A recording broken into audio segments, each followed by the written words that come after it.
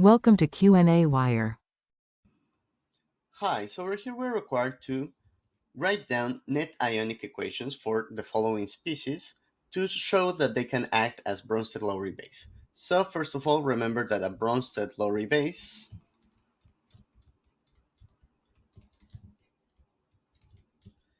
is a species that can accept protons. So in all of these cases, I'm going to employ water as the proton donor to set up the equations. So the substances that we are going to have is first of all water. So the reaction of water with water is going to produce H3O plus OH minus. One of the water molecules acts as the acid, and the other one acts as the base. Next up, we're going to have OH minus. Can this act as a proton acceptor? Yes, it can. When we react it with water, we're going to generate H2O plus OH minus. You can also look at it as if it was reacting directly with H plus or with H2O plus, whichever species you wish, and all of the equations would be valid. In the case that you use H2O plus, which would be an acid, what would happen is that you would generate H2O plus H2O. So generally, you only generate one.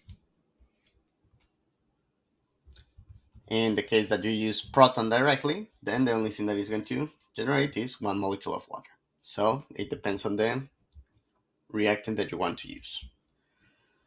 But all of these three equations are valid. Next up, for C, we're going to have NH3. Here I'm going to stick with water as a proton donor, and this is going to generate NH4 plus OH minus.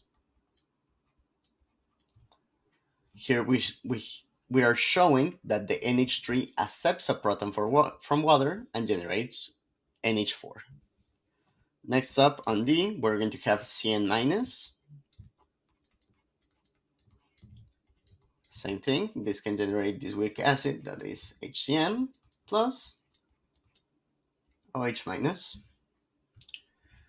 Now for E, we're going to have S2 minus plus water, and this can have a reaction following the same trend. We're going to generate HS minus plus OH minus.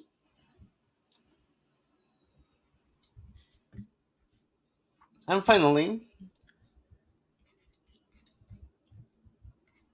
H2PO4 minus plus water can react accepting a proton, generating H2PO4 plus OH minus. And that would be all. Thank you very much and have a good one.